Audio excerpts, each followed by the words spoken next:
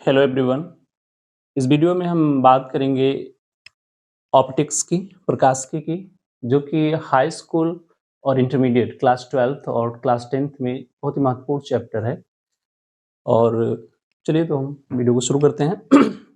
सबसे पहले हम देखेंगे कि ऑप्टिक्स क्या होता है। ऑप्टिक्स प्रकाशिकी जो है बेसिकली उन चीज़ों के साथ डील करता है जहाँ पर हम इमेज फॉर्मेशन की बात करते हों, या फिर प्रकाश को एज ए वेव हम डिस्कस करें कि एज ए वेव किस तरह से प्रकाश बिहेव करता है। और जो है तो प्रकाशिकी की दो ब्रांचेज होती हैं। प्रकाशिकी की पहली ब्रांच है वेव ऑप्टिक्स, दूसरी ब्रांच है रे ऑप्टिक्स। बेसिकली जो हम इसमें जो बात करने वाले हैं वो हम बात करेंगे रे ऑप्टिक्स की, यानी कि किरण प्रकाशिकी की। किरण प्रकाशिकी में सबसे पहले हम देखेंगे कि लाइट क्या होता है। उसके बाद हम देखेंगे गोलीय दर्पण के बारे में, जो कि हाई स्कूल और इंटरमीडिएट दोनों में कॉमन है। शुरुआती दौर में इंटरमीडिएट में भी गोलीय दर्पण और जो है दर्पण सूत्र के बारे में पढ़ने को मिलता है। उसके बाद हम इसी में देखेंगे फोकस दूरी क्या होता है, वक्रता त्रिज्या क्या होती है, ध्रुव क्या होता है, मुख्य अक्ष क्या होता है, कार्तीय चिन्ह परिपाटी, इसके बारे में हम देखेंगे। तो सबसे पहले हम लोग जानेंगे लाइट के बारे में। What is light? Light basically electromagnetic wave होती है। ये विद्युत चुंबकीय तरंग होती है।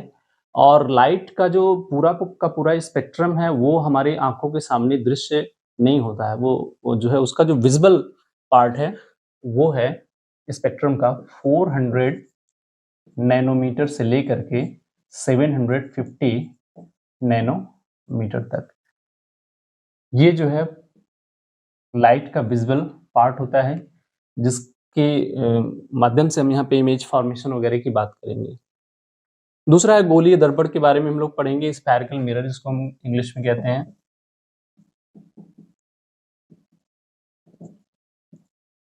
इसी पर प्रकाश के परावर्तन की बात हम करेंगे। प्रकाश के परावर्तन से किस प्रकार इमेज बनती है इसकी चर्चा हम लोग करेंगे।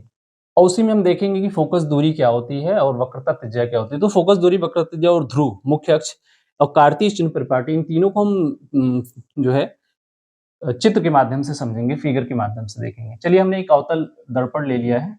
दर्पण बेसिकली दो तरह के होते हैं, उत्तल दर्पण और अवतल दर्पण। हमने एक अवतल दर्पण लिया है। अवतल दर्पण में ही हम ये देखेंगे कि सारी चीजें कहाँ पे सिचुएटेड होती हैं और हम उनको कैसे आइडेंटिफाई करते हैं। अवतल दर्पण पे एक इमेजिनरी लाइन को हमने ड्रॉ किया यहाँ पर। इसी को हम मुख्य अक्ष कहते हैं। ये जो एक्सिस है इसी को हम कहते हैं मुख्य अक्ष। इसी को हम इंग्लिश में बोलेंगे मेन एक्सिस। दर्पण को मुख्य अक्ष जहां पर काटता है इसी बिंदु को हम कहते हैं ध्रुव। इस बिंदु को हम ध्रुव के नाम से जानते हैं, इंग्लिश में इसको पोल कहेंगे हम। अब बात करते हैं हम फोकस दूरी की, जो कि बहुत ही इंपॉर्टेंट है। फोकस, फोकल लेंथ क्या होता है या फोकस क्या होता है।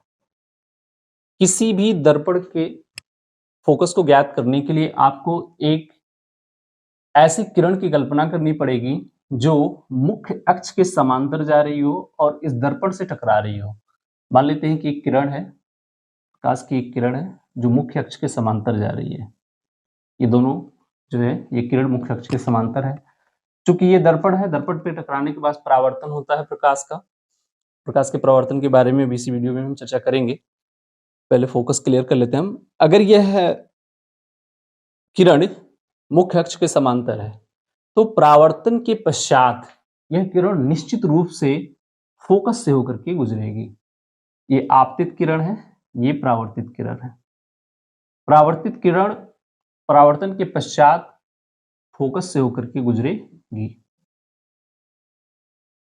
यानी कि यदि किसी उत्तल अथवा अवतल दर्पण पर एक किरण जो मुख्य अक्ष के समांतर है आपतित होती है, तो परावर्तन के पश्चात जिस बिंदु से होकर के, मुख्य अक्ष के जिस बिंदु से होकर के गुजरती है, वही बिंदु कहलाता है फोकल लेंथ या फोकस कहलाता है। फोकस वक्रता त्रिज्या का आधा होता है, रेडियस ऑफ कर्वेचर।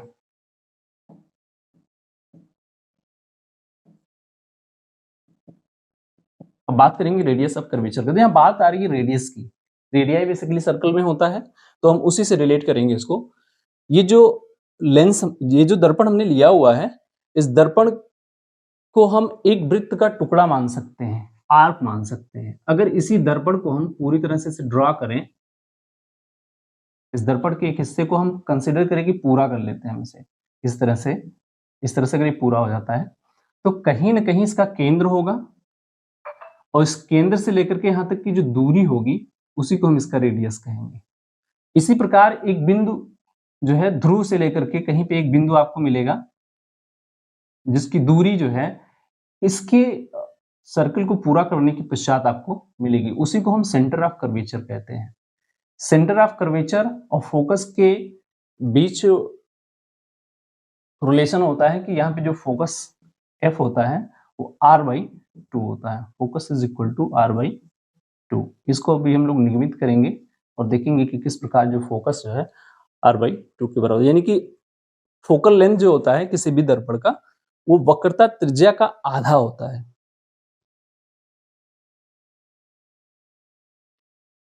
यदि हम C से लेकर के P तक, पोल तक की डिस्टेंस को R कंसिडर करें, यहां से लेकर के यहां तक की दूरी को अगर हम R कंसिडर करते हैं तो F is equal to r/2, यानी कि फोकल लेंथ जो है त्रिज्या का आधा माना जाएगा। तो चलिए देखते हैं कि फोकल लेंथ त्रिज्या का आधा कैसे होता है।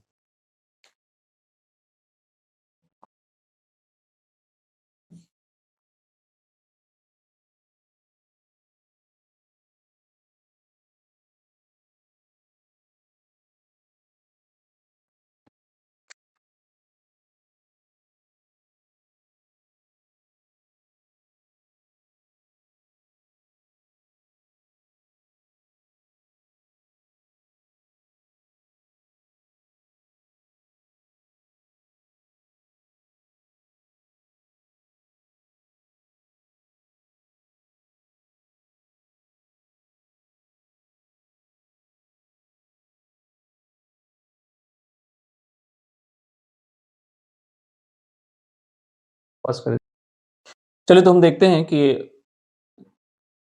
फोकस जो होता है वो वक्रता त्रिज्या का आधा होता है। इस सूत्र को हम लोग निगमित करेंगे। चित्र को ध्यान से देखें हम लोग। चित्र में जो है दो त्रिभुज बन रहे हैं। पहला त्रिभुज है CMF और दूसरा त्रिभुज है CMP। दोनों त्रिभुजों में अगर हम ध्यान से देखें तो यहां पर एक जो है बहिष्कोण बन रहा है और यहाँ पे जो ये सेंटर ऑफ कर्वेचर से होकर के एक रे पास कर रही है। सेंटर ऑफ कर्वेचर से पास होने वाली किरणों के बारे में थोड़ा सा जानते हैं। जो किरण मुख्य अक्ष से समांतर होती है वो परावर्तन के पश्चात फोकस से लौटती है और सेंटर ऑफ कर्वेचर से पास करने वाली रेज किरणें परावर्तन के पश्चात फिर अपने ही पथ को फॉलो करती हैं, उसी पथ से फिर वापस आती हैं। यहाँ पर जो किरण सेंटर ऑफ कर्वेचर से होकर के जाएगी एम पर, वही किरण सेंटर ऑफ कर्वेचर से होकर के फिर वापस चली जाएगी। और एक और बात यहाँ सामने आती है कि ये जो यहाँ पे एंगल्स हैं वो अपवर्तन और परावर्तन के एंगल हैं।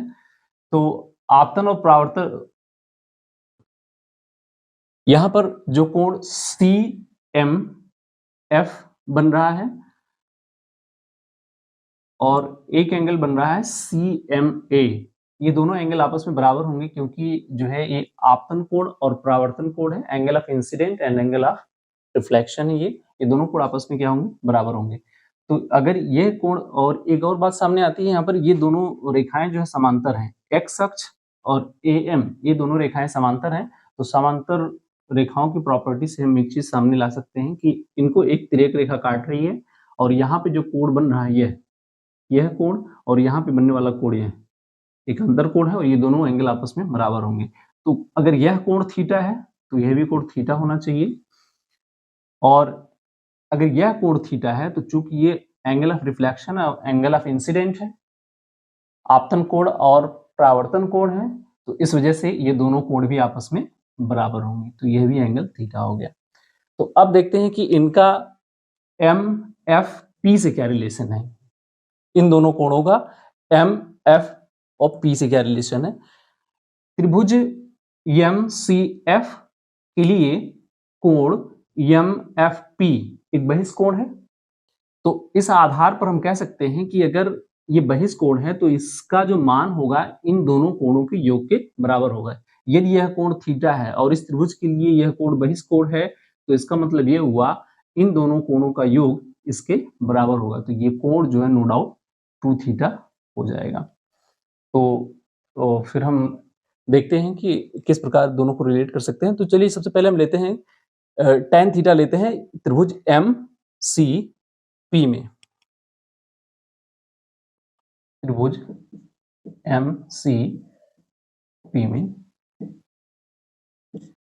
tan थीटा बराबर tan थीटा लंब बटा आधार, लंब है हमारा MP।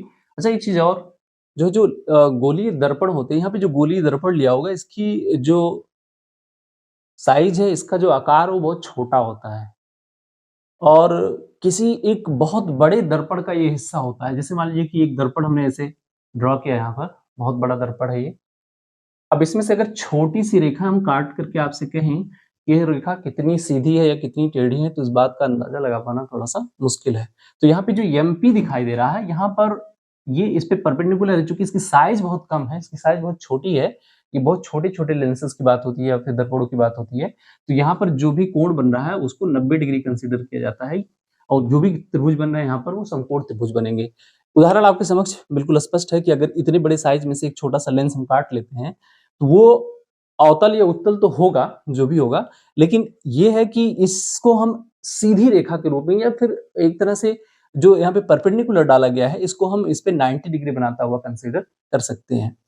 तो इस प्रकार हमको दो समकोण त्रिभुज प्राप्त होते हैं MCP एंड MFP। तो सबसे पहले हम देखते हैं त्रिभुज MCP में। त्रिभुज MCP में हमने tan थीटा लिया, tan थीटा इक्वल टू हो जाएगा लंब बटा आधार, लंब हमारा MP है और यहां से हम लेंगे CP, this is equal to MP upon CP की वैल्यू को हम लेते हैं R। इक्वेशन फर्स्ट दे दिया हमने। फिर दूसरा त्रिभुज जो हमारा समकोण त्रिभुज बन रहा है वो बन रहा है MFP। तो MFP में tan 2 थीटा ले लेते हैं हम। tan 2 theta is equal to लंब दोनों के लिए वही है,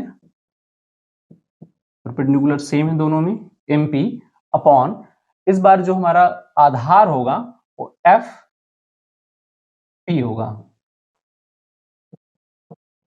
this is equal to MP upon F। Equation second हो गया। यहां पर जो थीटा और 2 थीटा है ये बहुत छोटे कोण होते हैं, तो थीटा के बहुत छोटे कोणों के लिए ट्रिग्नोमेट्री में लिया जाता है tan theta is equal to theta, और अगर tan 2 थीटा है तो ये 2 थीटा के इक्वल होगा। तो इस तरह से जो समीकरण 1 और समीकरण 2 है इन दोनों के माध्यम से हम देख सकते हैं। यहाँ पे जो tan थीटा लिखा हुआ है इसको सिर्फ और सिर्फ थीटा लिख सकते हैं, theta upon 2 theta, this is equal to MP upon R